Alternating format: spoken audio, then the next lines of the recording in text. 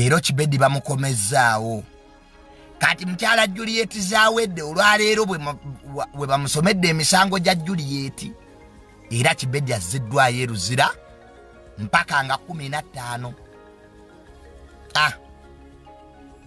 kakati abanene Kibedi be yali agamba tebalabiseeko kino bannange kituyigirize ffenna abali ku mitimbagano okuvuma abantu okuvvoola abantu ne bakugamba weetonde n'ogaana si kirungi kyovulaze nava ku bantu kakati Kibedi musajja mugezigezi yagenda n'alimba nga bwe mumumanyi mbo avuma mukyala Juliet Zawedde mbu ne Rebecca agaba mbu kubanga mbu bavuma maama Kadaaga ekitali kituufu Juliet Zawedde ne Rebecca agaba tebavumanga ku maama Kadaaga era nze mwennyini nakutte essimu nenjikubira maama ne munnyonnyola maama Kadaaga ne mugaa maama abakyala abo tebakuvumangako okisegiire kubanga ye alabika abadde tamanyi bulungi biriwo so ne munnyonnyola ne mugamba mukyala Juliet Zawedde ne mukyala Rebecca agaba tebakuvumanga nako okitegedde kwa Kibedi abadde ayagalako salinnya lya maama Kadaaga okitegeera okulaba nti awona emisango gino naye bwe twogedde ne tukkiriza nti Kibedi yasobya era Kibedi yasobya kubanga Kibedi abadde alanga akatabo ka maama Kadaaga nze yatwala Kibedi ewa maama Kadaaga nze kamwa kwogera bwe twagenda tulabanga Kibedi ebintu byayogera tebijja mu kitiibwa kyakulanga akatabo ka maama Kadaaga Kibedi akatabo twakamujjako akatabo twakakola ki twakamujjako so saagala kuddamu kulira muntu akozesa linnya lya maama Kadaaga mu nsonga zino saagala kuddamu kukiwulira era Kibedi wabadde avuma abantu ng'abagamba nti maama Kadaaga yamutuma abadde alimba maama muntu wa kitiibwa talina na budde era ze ku social media ono w'olumba maama Kadaaga oba nnumbi kwa maama Kadaaga maama wange yandaputinga so Kibedi era ebyo mazo bitereza Kibedi awere nembe n'emisango gye gy'okuvuma Juliet Zawedde ne mukyala Rebecca agaba era leero bamuzizaayo eruzira so kati mwababadde bakozesa erinnya lya maama maama Kadaaga ekyo jjako kyokka mbu MC Rich woba oli kuno Rich senga asidi n'ennaku mwavuma maama Kadaaga ate ze bulijjo sibirabanga senga asidi MC Rich n'ennaku mbalayirira amazima ga Katonda mu ggulu mukole live nga mwetondera maama Kadaaga mumanyira nnyo abantu baanammwe kubanga ebbaluwa bagenda kuwandiika ebbaluwa ku Interpol bagenda leero oba enkya Rich wakyaza senga asidi n'avuma maama Kadaaga n'ennaku oyo ali e Kenya eyamwesiridde bukyanga omanyiira abantu senga asidi ate MC kinkwewuunya wajja wano n'onoonya mukyala Helen ne weetonda kwa bali bagenda kukwatira wano Rich njagala ojjukire nnyo gye nkujje Rich singa oli mu kkomera lwakubaffe nesibaji lwaki Rich weerabira mangu wajja wano Rich e Uganda nekutwala ewa mukyala Helen ne weetonda kati gamba abo bonna buli eyavuma maama Kadaaga ku live eyo gye mwaliko akole mangu apology mugende mujjeyo kividi ekyo ate singa asidi weetonde nennaku kwa intapegenda bazza mama Kadaga mwali muvuma waaki ate nze nali sibirabye babiŋŋambye najjo nga nyeze ku bya Kibedi bwe muba mwavuma mama Kadaga lwiki nga wakyaza abantu ne bavuma mama Kadaga oyo senga asidi ate gwe nakku oli wano Kenya gojja kuba mwangu Interpol no yakubazza Interpol yakubazza era ebbaluwa egenda leero benkya Kibedi abeere yeruzira naye Kibedi kyekyali kimufumisa mukyala Juliet Zawedde ne Rebecca agaba kiki Juliet Zawedde ne Rebecca agaba bantu balungi tebavuma bantu Juliet Zawedde ne Rebecca agaba babeera mu bulamu bwabwe kati Kibedi abanene tayina nejabadde alowooza okujja obuyambi kayagenda n'alimbalimba eyo mbusimanya mbumbu bapalana mbulwakuba mbundi musoga Kibedi nedda ekintu kyewakola Kibedi kyo kyali kikyamu tosobola kuvuma Juliet Zawedde n'ogattako ne taata we n'ogattako n'abaana be tosobola kuvuma mukyala Rebecca agaba mu butuufu Rebecca agaba n'okwata abaana be mama Kaliro n'ogamba mu Juliet Zawedde mu taata we yamwebaka oyinza kyogera mwana gwe Kibedi ebintu ebyo oyinza byogera Kibedi namukubira essimu ne mugaba Kibedi koma wamanga olaba kisusse bannange tuleme genda tu personal wano buli omu ayina abanene Kibedi ali luzira yakuba kubaawo obusimu sibaje yakubye MK project general Muhoozi tayagala bavuma abantu era abantu bangi nnyo muvuma abantu mu linnya lya general yakola akakiiko ke omuli ba Frank Gashumba omuli ba Tamale Mirundi Senior general Muhoozi ayina aboogezi be abatongole kati gwe sinikire ebinyo omaze okunwa wala jojjo gwire eddalu ku bantu omaloga iti dimwe MK project joli bakutuma wano baganda ba president bavuma abantu teri yali yalabye kuba wala ba president Museveni kabe Dana kabe Natasha nga balina live tibali mu kuvuma abantu kakati Kibedi emisango gye yazza yagizanga Kibedi era omulamuzi amusindise panga 15 ebyo ebyokuvuma abantu ne muloza nti olina abanene n'okwata abantu ate kati ebintu byakyuse omuntu akulopa ali mu America ku Skype teweetaaga kujja Uganda kulopa muntu osobola okwogerera ku online wali mu kooti so Kibedi kakati Kibedi saagala addemu kukozesa linnya lya mama Kadaga mama ebyo tabibeeramu naye abaavuma mama Kadaga senga asidi Interpol neja kuzza senga asidi kwate simu yo wetondere mama omugaye mama Kadaga asonyiwa nawe naku ebintu bitabuse Interpol yakubazza ko ebbaluwa yemaze okuwandikibwa ebyo ebintu bye mumanyirira abantu nga muli mu America eyo simanyi oli UK gyovumira abantu gyomanyirira abantu mukwano Interpol genda kuzza n'empapula zo bazisazeemu awo nno kati ensonga weetuuse munoonye be mumanyira wano Kibedi abadde avuma Juliet Zawedde ne Rebecca agaba nga basirise yalooza banafu wano baateekako Kibedi poliisi ezisukka mu 4 n'agenda ne yeekweka eyo ekyanja naye bamala ne bamufuna so emusirwiki waleeta abantu abo ne bavuma maama waleeta senga asidi ate lwiki va mu ntalo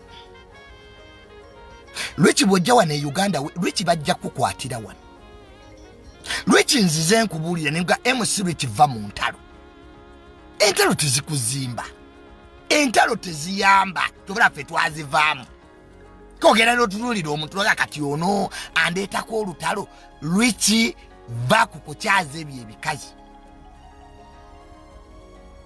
abakazi abamu bagwa ensimbu so senga asidi n'ennaku mbalayira mujja omanyize tabale soogera bintu bitaliyo interpol egenda kubazza mugende mugjeyo kividiyo ekyo bangambye kiri ku peegi ya Rich genda ojjeyo vidiyo eyo senga asidi weetondere maama kadaaga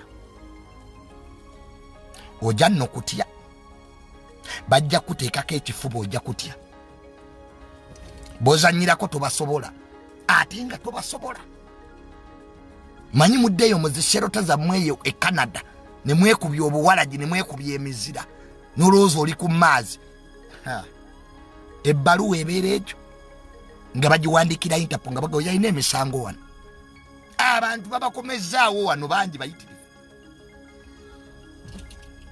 nga n'abaakusenza bagamba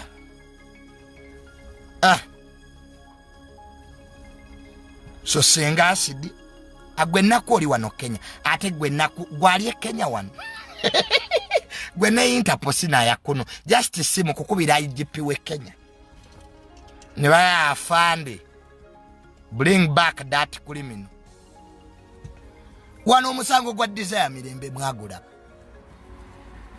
ne Matthew kirabo temwagula omuvubuka eyataga girlfriend we nadduka Kenya tebamuza Interpol so n'olwekyo bannange so Kibedi tulumwa wamu naye yatakula gye gava Juliet Zawede tazanyirwako ate bakyala ba mirembe nze navumako Juliet Zawede ne neetonda era namwetondera kwa nakola ensobi kazi Juliet Zawede talina kibi kye yali ankoze ate nga Zawede ayambye abantu wano amazima gogeogerwe nze era najja ku live Zawede ne mwetondere nze soogerangako naye tekisiwo kwewuunyisa naye Juliet Zawede ebintu bye yakolera abantu nje soogerako ngako naye mukyala Zawede muwulira buwulizi naye munne nange namuvuma wano nga sitegedde ate abantu mulekerawo okumanyiira abantu Kibedi teyamanya nti family y'aba Juliet Zawede erimu abalamuzi they have judges nze rawe nabitegera nti family y'abalamuzi nabivaamu golaba Junior nkyayisaamu abantu eggaali munoogenda n'olumba family y'abantu nga tobamanyi kanze bwe nategera nti maama Juliet Zawede family yaabwe y'abalamuzi nze bansibira obwereere nze era woba olina family yammwe ng'erimu abalamuzi bambi jangu ŋŋambe lweki kwoli kuno my brother lwaki mwakola live evuma maama kadaaga lweki luyale so senga asidi n'ennaku mwerinde Interpol naye nga amagezi kyokka gali nti bambye senga asidi yeetonde ne Kibedi ajja kwetonda ekyali kitaasa Kibedi kinnamugamba weetonde kwata peni n'olupapula ogambe nti mukyala Rebecca agaba nsonyiwa Juliet Zawede nsonyiwa ebyo byaitu byali biggwa naye Kibedi yalowooza bw'alina abanene wano teri munene agenda kuyamba ng'oli mu bizibu tewali munene wano agenda kuyamba ng'oli mu bizibu Kibedi yakuba amasimu nga bamugamba we shall call you later Kibedi yakuba amasimu nga bamukwata ekyanja nga buli munene gwakwira mga I will call you later gwe nosaaga n'ensi essimu ya Kibedi bagikutekebera baani abadde bamusasula omuntu asobola okuteekako amaanyi omuntu w'essente talemwa the world belongs to the rich ndowooza Juliet Zawede ne Rebecca agaba be babadde basirise nga muki omanya Abannayuganda obeesirikira bakitwala nti bunafu so Kibedi yali alowooza ati w'amaanyi naye nga mazima ga Katonda n'abeeyimirira Kibedi babuze abeeyimirira Kibedi babuze kooti ebadde enkalu ng'ani asobola okujja okwolereza omuntu aweebuula abakyala. So bannaffe abali ku social media kuno ebintu byakyuseemu. Nze Junior Kivulanga ebintu by'okuyisamu abantu egali nabiwummula kakati ensi efuuse global village. Vuma omuntu oli Canada Interpol ekuze nga n'empapula basazaamu ate yo Canada eyagala abaziba emisango, America eyagala abaziba emisango kubanga ekizibu ekibaddewo ne Uganda okusiba omuntu kibadde kizibu. Kwa oyo omuntu abeera mu America bwakuvuba kyanguwa kasita oyogera erinnya ly'omuntu ng'obeera mu ezo ensi z'abazungu bakusibirawo. Naye wane Uganda kibadde kizibu. Kati olaba Kibedi ali luzira eyali aga nti alina abanene babadde nabombo. Nenze ekyannumye Kibedi ate kuteeka mu linnya lya maama. Maama Kadaga tabeera mu bintu ebyo. Nze yakwata Kibedi ne mutwala bamuwa alanga akatabo. So bannaffe maama tabibeera mu ebyo. Era saagala kuddamu kulya muntu akozesa linnya lya maama. Mwe basenga asibye abaavuma maama Kadaga muveeyo mwetonde. Kati alina kibi kye yali abakoze si muto munnammwe. Mugenda mumanyiira abantu naye ku luno ajja balagirako bwereere. Wano omuntu gw'osemba okumanyiira ye maama Kadaga. Yekiyalinga ku palamenti z'abazungu. Kati ebbaluwa egenze mu Interpol gwe nnaku ojja kuddira ku bigere. Nnaku oli Kenya woba wavuma maama Kadaga walwiki ojja kuddira ku bigere. Gojja kuyita buusiya. Akakamanyiro kammwe kabaggwemu okumanyiira abantu. Kati Kibedi amalala gamutuusizza.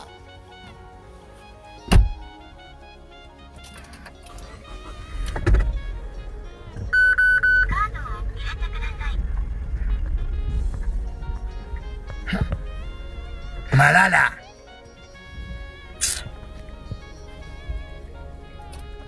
wana abalamuzi bakusiba. Nze Junior nina abanene olaba nkola effujjo. Gwalaba kuti Junior alwanidde mu bbaala. Nze Junior bwe nkuvuma nenda banga bitabuse neetonda. Kintu kimu kugamba musole. Naye n'ovuma Juliet Zawedde. Yo Kibedi ye yayitawo. Goge mazima. Tosobola kuvuma bazadde ba muntu gw'otamanyi nako. Kati Juliet Zawedde ne Rebecca gaba bakola ki Kibedi? Tewali. Bali mu bizinesi zaabwe beenoonyeza wa masete zaabwe. Lwaki oba obaweebuula? Ogamba otya ate n'ovuma n'abaana n'oweemula Kibedi? Nze Kibedi yankubira essimu ne mugamba Kibedi ku byentegedde bagenda kusiba. Nangamba nze nina abanene. Abanene bonna be yakubira baamugamba we shall call you later. Nze we nategera Isiba baamusiba wano. Omugenzi Isiba. Singa teyaliwo na lebonsereko ne Kasuku Isiba singa ali bali bagenda musiba emyezi 6. Hona lebonsereko yamala okujja. Ne Kasuku oyo ayambye abantu. Ekyo ky'ekyamazima Kasuku abeereddewo abantu. Mulwakwa Kasuku mumulaba bwe muto. Ne Kasuku alina ebintu byatuyambye wano. Okumalawo ebintu by'entalo. Nze Kasuku mu respecting. Because he's like a brother to me. Nze bwemba mu bizibu n'enkubira Kasuku. Nimuga Kasuku olowooza nkole ntya. Kyangamba kyenkola. Ebiseera bisiga Kasuku aba mutuufu. Kasuku yakubira Isima.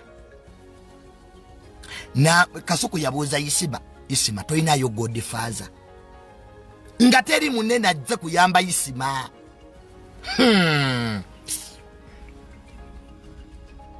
Wana abantu abayamba Isima ye mukulu wange Hamu. Mukulu wange Hamu yakwata setelazi wa Isima. Awo mukomera. Neona lebonsereko. Wotegerera Uganda ng'oli mukomera. Ojja kulowooza oyina abanene. Abanene tebajja mu misango. Gwe bakwata okubira omunene. Ajaga Junior, I'm still busy. kati weewale trouble